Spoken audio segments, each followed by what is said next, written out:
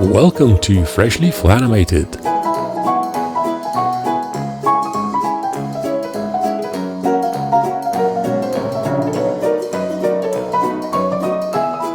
Recently, I completed a study how to use Bitmap Fills to get as close as I could to an analog look with smart magnet rigs in Flash. So in this video, I would like to share my findings and the process that I went through to create this character. I'm quite satisfied with the results and the added flexibility of keeping all the artwork actually as vectors filled with textured bitmaps. So I will just now show you how this character was created and talk about the different details. Now let's look into the actual character. So this is a smart magnet rig and it just behaves very well. It's easily posable. You can do all kinds of things that you would normally do with smart magnet rigs. So IK and FK work perfectly fine here. In an earlier video, I showed how I applied a specific type of patch, which allowed me to control the overlapping here of these lines. I won't focus on this in this video. I'm only mentioning it that there is a separate video that deals with this specific way of patching, but structurally this is a very typical, very simple smart magnet rig with 3 elements for the arms, 3 elements for the legs, and the only special thing are these thigh patches here. I've tested the rig, I've come up with a couple of nice poses. It works really well.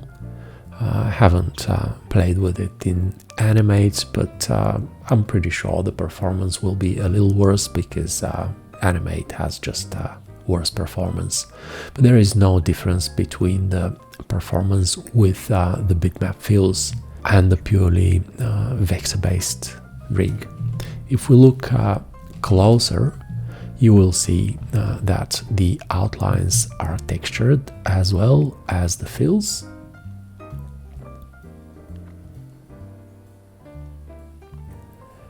And let's just go inside the head and check what's inside the head symbol.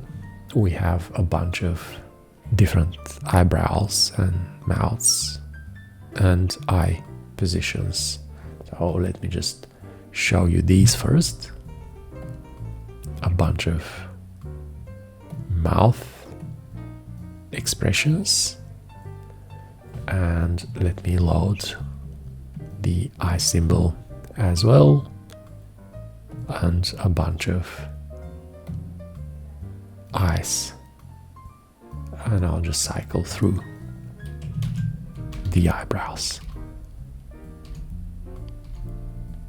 So just a standard range of expressions, more or less. Nothing extreme.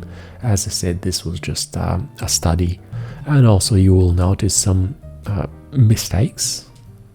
These are all very intentionally done, because if you remember, some time ago we did a completely analog test, drawing these on paper and cutting them with the scissors.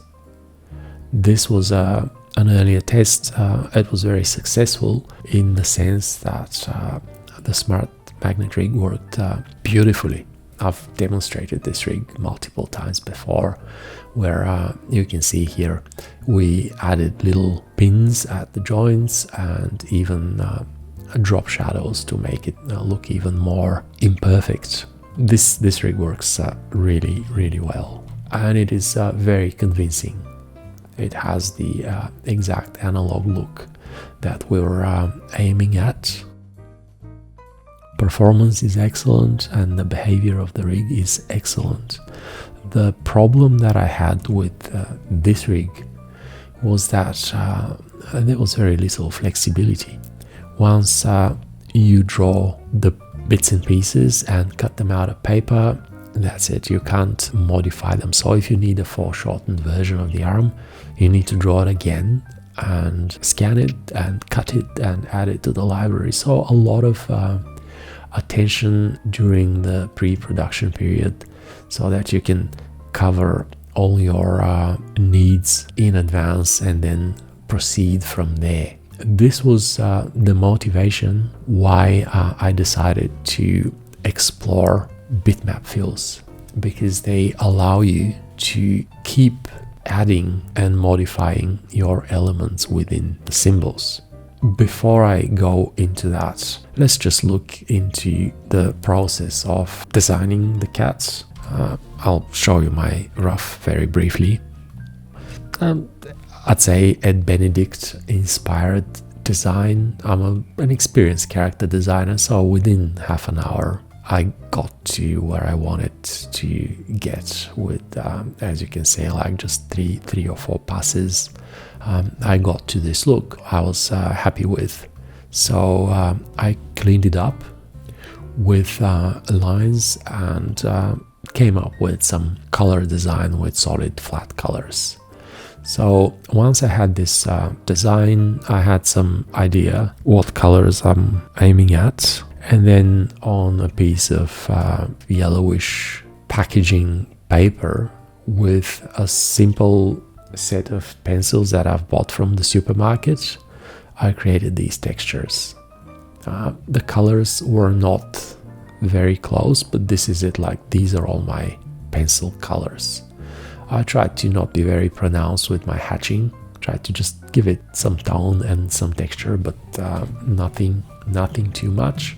This is how it looks like. I scanned it at 300 dpi, and specifically for the nose I didn't really bother printing it to do a proper hatching. I thought I'll just match the shape and then modify if I need it further. Finally with the textures, because my colors, as I said, just didn't match these, because these are just simple $4 pencils. I scan the textures, and in Photoshop I adjust the hue, saturation and luminance to somehow get as close as I could to these colors. Let me now show you the actual textures used for the Bitmap Fills. It's these here. By the look of the undertone, let's see which is the neutral one. So this is kind of like the closest to the neutral color of the paper. I'll just drag it here so that we can compare the other textures. See, I've adjusted the hue and the saturation to get a color that I actually wanted. This is how my red pencil looked like, and I wanted it more pinkish, and this basically applies to all the colors. So for the main body color, I also adjusted the hue and the saturation and the luminance. So this is all that I did with the textures. These are just PNGs which are imported, and then I allow smoothing and I choose lossless compression for them all so that they look as good as possible and they export at the highest quality. No JPEG compression. Now let me show you how you can use a bitmap fill for both the outlines and the fills. We have a box here. When you select your shape, instead of solid color, here you just go bitmap fill, and it shows all the textures that are available to be used as bitmap fills here. So you can just choose your bitmap fill. Once this is done, with the gradient transform tool, you can adjust the scaling and the position of the texture. So you can scale it, you can rotate, and you can move it around.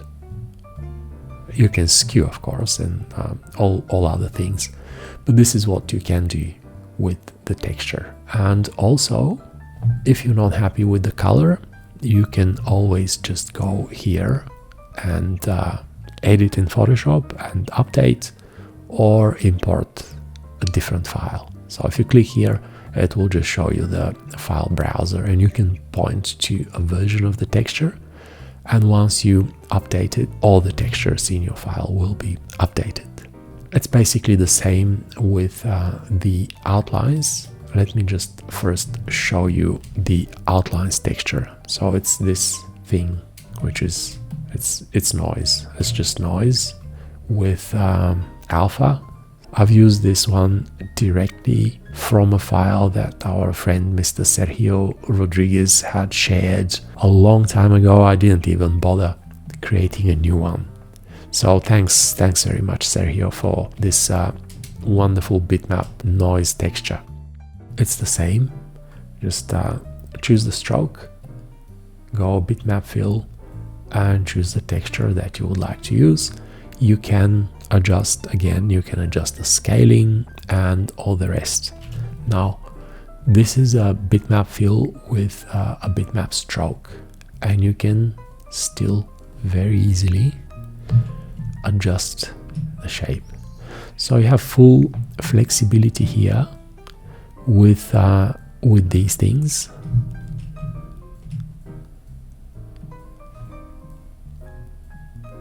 We can very quickly reshape this to make it look like a fish, right?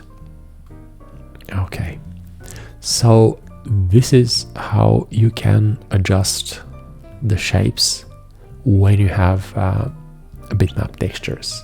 You can also adjust mitre, and this is pretty much all.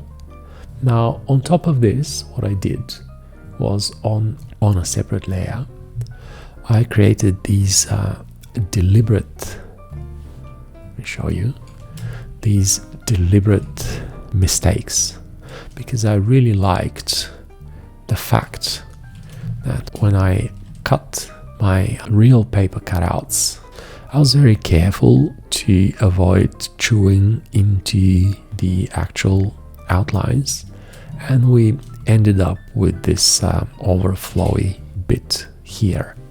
So I tried to replicate that, and I did it very easily.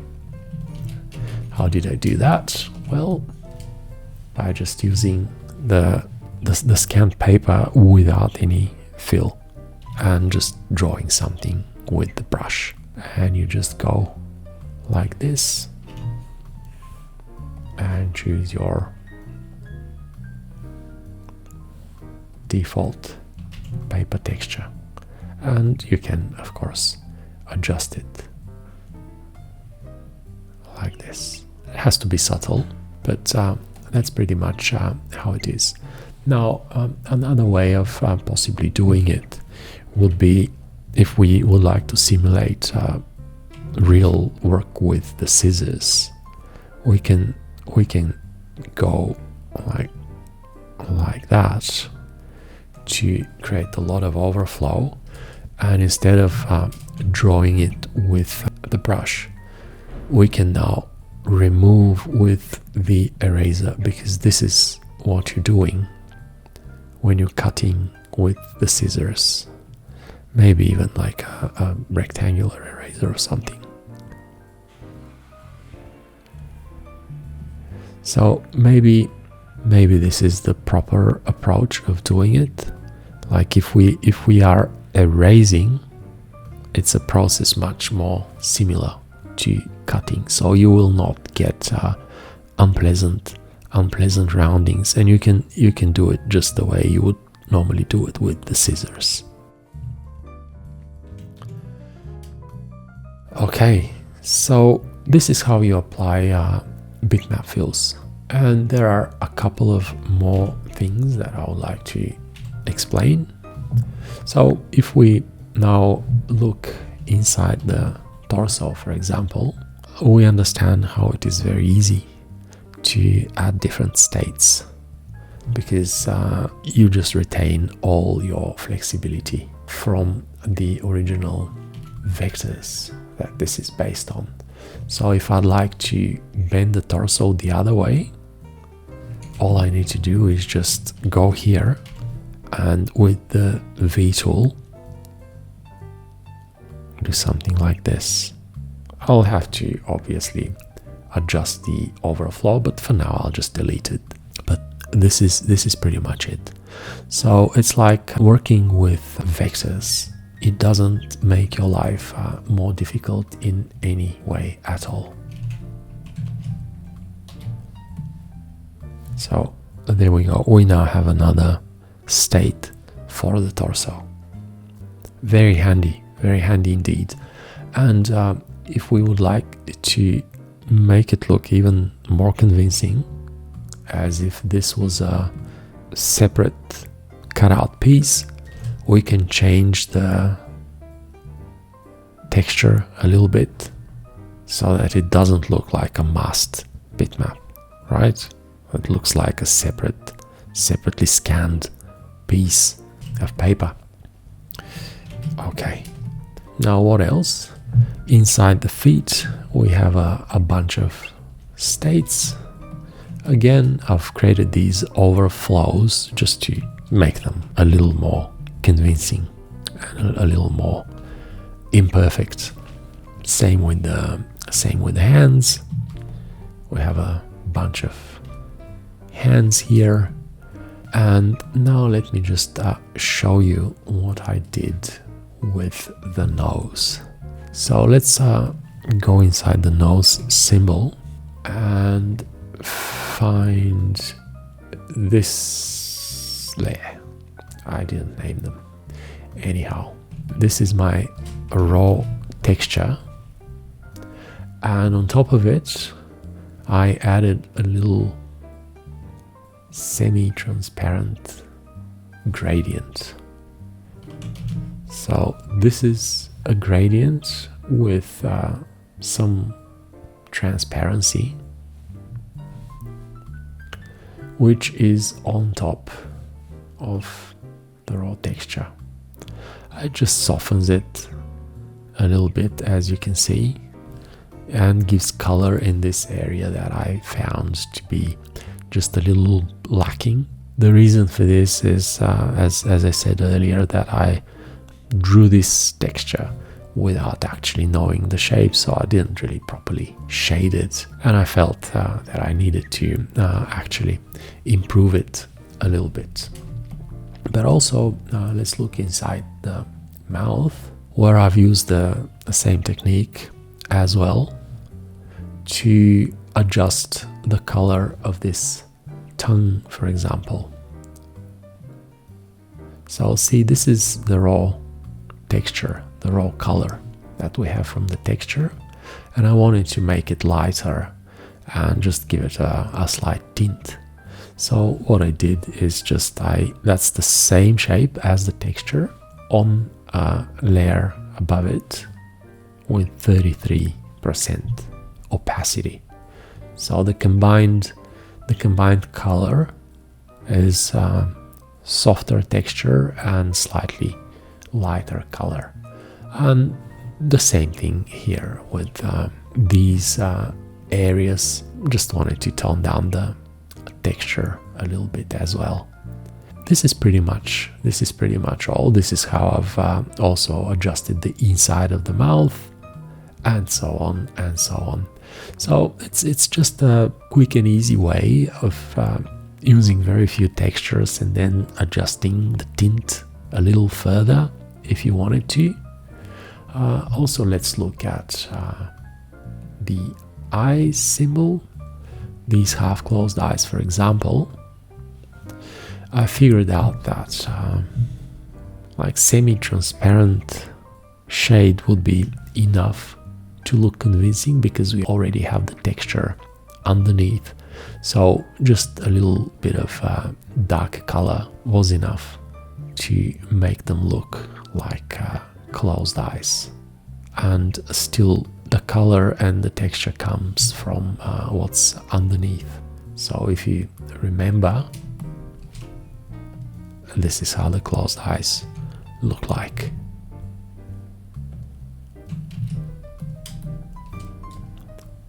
Reasonably convincing. I'm pretty sure that improvements can be made, but this is basically it.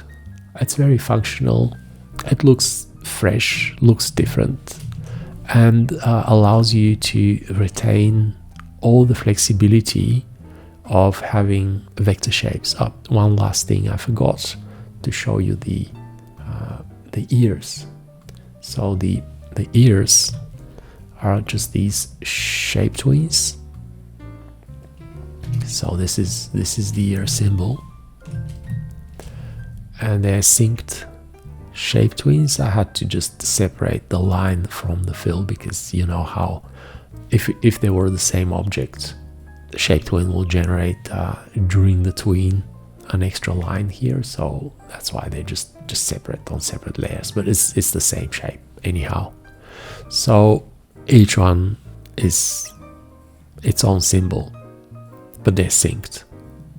So if I select both and cycle through the frames, it will get this kind of behavior. And I think this actually covers everything about this rig.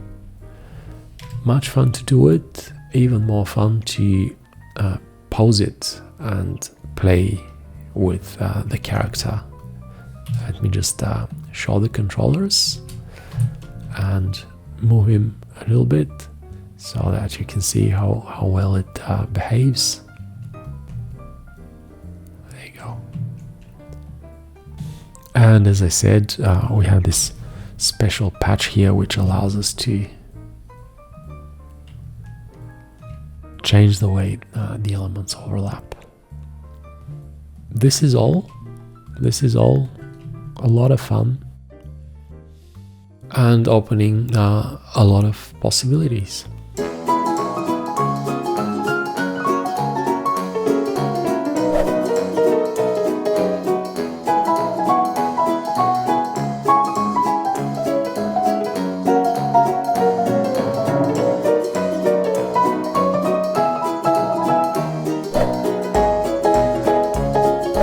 Freshly Flanimated.